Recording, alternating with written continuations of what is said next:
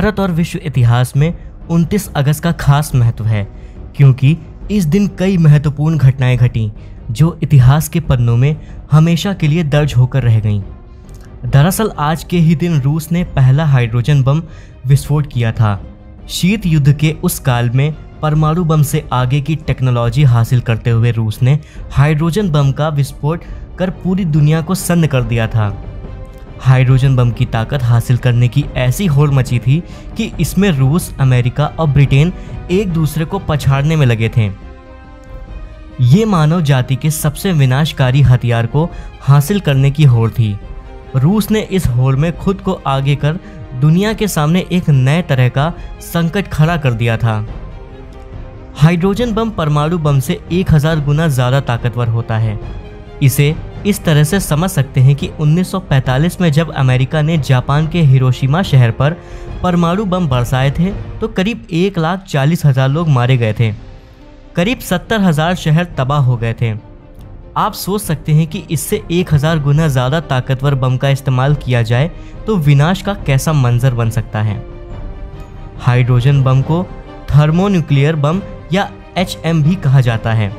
Hydrogen bomb में deuterium और tritium का इस्तेमाल किया जाता है।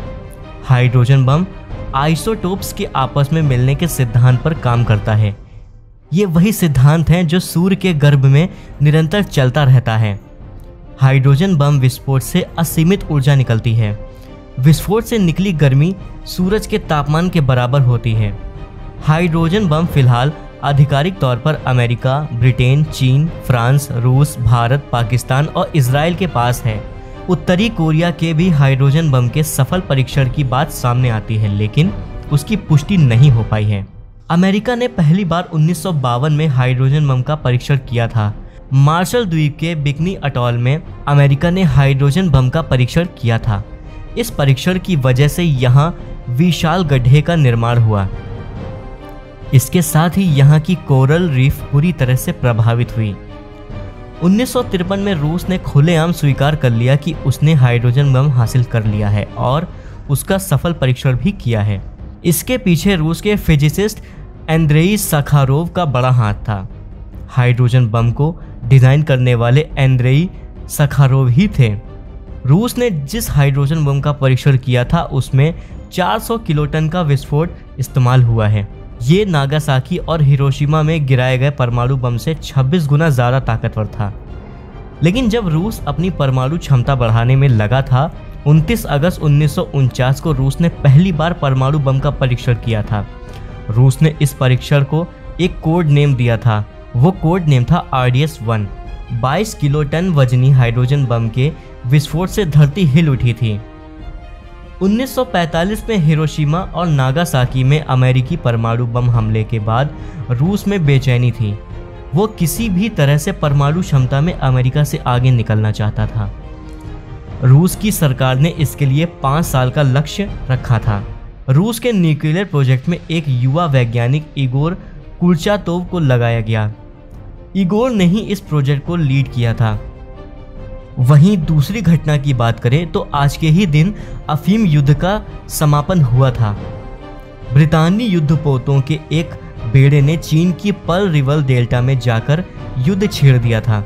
चीन के तटीय इलाकों की सुरक्षा व्यवस्था कमजोर थी। इस ब्रितानी हमले के सामने चीन ज्यादा देर नहीं टिक सका और उसने घुटने टेक दिए। ये पहला अफीम युद्ध था जिसमें हजारों लोग मारे गए थे, और वो भी मुक्त व्यापार के नाम पर। चीन में अफीम का कारोबार एक फायदे का धंधा था, लेकिन ये अवैध भी था। स्कॉटलैंड के 2 लोग इस कारोबार से जुड़े हुए थे और युद्ध की शुरुआत में इन दोनों ने बड़ी भूमिका निभाई थी।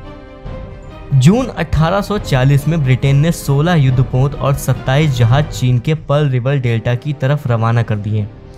इन जहाज़ों पर 4000 लोग सवार थे। इस बेड़े में लोहे से बना युद्धपोत नेमेसिस भी था, जिस पर 2 मील तक दागे जा सकने वाले रॉकेट लॉन्चर तैनात थे। इस हमले के लिए हालांकि चीनी तैयार थे, लेकिन ब्रितानी ताकत का मुकाबला करने की उनमें काबिलियत नहीं थी।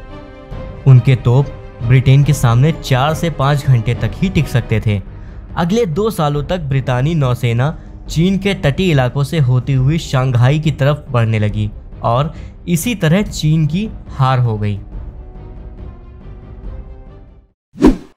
हर खबर पर होगी आपकी पकड़। सब्सक्राइब करिए हमारे चैनल विद्रोही आनंद को और बेल आइकॉन दबाना न भूलिए।